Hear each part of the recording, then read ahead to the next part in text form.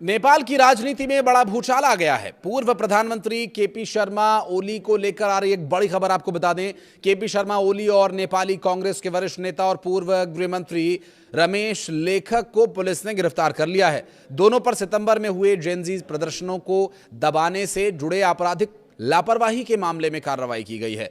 शुक्रवार को बालेन शाह के प्रधानमंत्री पद संभालने के बाद यह पहला बड़ा एक्शन है। केपी ओली की गिरफ्तारी चीन के लिए भी परेशानी वाली एक बड़ी वजह बन सकती है, क्योंकि ओली का झुकाव चाइना की ओर रहा है। यह कार्रवाई ऐसे समय में की गई जब शुक्रवार को ही बालेन शाह ने प्रधानमंत्री पद की शपथ ली। एक दिन बाद ही यह एक्शन हो गया। हालांकि बालेन शाह के सत्ता में आने से पहले ही उनके खिलाफ एक्शन की सिफारिश की गई थी। यह गिरफ्तारी पहले ही गृह मंत्रालय की ओर से दर्ज कराई गई औपचारिक शिकायत के बाद हुई। इसी शिकायत के आधार पर जांच शुरू हुई और फिर अदालत ने गिरफ्तारी वारंट जारी किया। पुलिस अधिकारियों का कहना यह है कि ये एक कदम एक विशेष आयोग की सिफारिशों पर लागू करने के लिए उठाया गया है।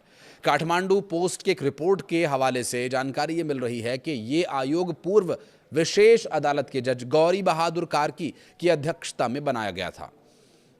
आयोग ने अपने रिपोर्ट में ओली, रमेश लेखक और तत्कालीन पुलिस प्रमुख चंद्र कुबेर खापुंग और राष्ट्रीय दंड संहिता की धारा 181 और 182 के तहत केस चलाए जाने की इन पर सिफारिश की और इन धाराओं के तहत दोषी पाए जाने पर अधिकतम 10 साल तक की सजा भी हो सकती है।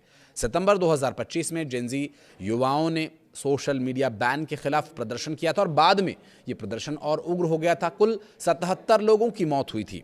उसके बाद युवा इतने भड़के कि उन्होंने पूरी सरकार को ही उखाड़ फेंका। मंत्रियों को हेलीकॉप्टर से भागना पड़ा, सांसद भागते नजर आए और संसद भवन को भी जला दिया गया। इसके अलावा सरकारी और निजी संपत्तियों को भी अरबों का नुकसान पहुंचा था। गिरफ्तारी से पहले शुक्रवार देर रात तक सरकार और सुरक्षा एजेंसीज के बीच लगातार बैठकें चलती रहीं। गृहमंत्री सोदन गुरुंग ने सुरक्षा प्रमुखों के साथ लंबी चर्चा की, तो वहीं गृह सचिव और कानून सचिव भी पुलिस मुख्यालय पहुंचे थे, जहां आगे की कार्रवाई को लेकर अंतिम मंजूरी दी गई। बालेन शाह की अगुवाई वाली सरकार ने शुक्रवार को कैबिनेट बैठक में आयोग की रिपोर्ट लागू करने का फैसला लिया था। इसके बाद ही इन हाई प्रोफाइल गिरफ्तारियों का रास्ता भी साफ हो सका। रिपोर्ट में यह भी कहा गया कि कई अन्य वरिष्ठ अधिकारियों की भूमिका भी संदिग्ध रही है।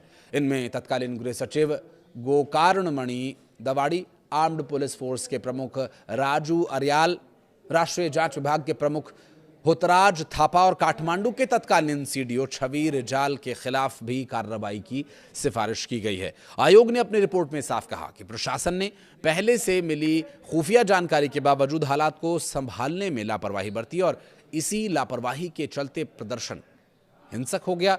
कई लोगों की जान भी इसमें गई थी। कुछ कहना चाहें तो कमेंट सेक्शन में जरूर बताइएगा। वीडियो को यहां तक देखने के लिए बहुत बहुत धन्यवाद।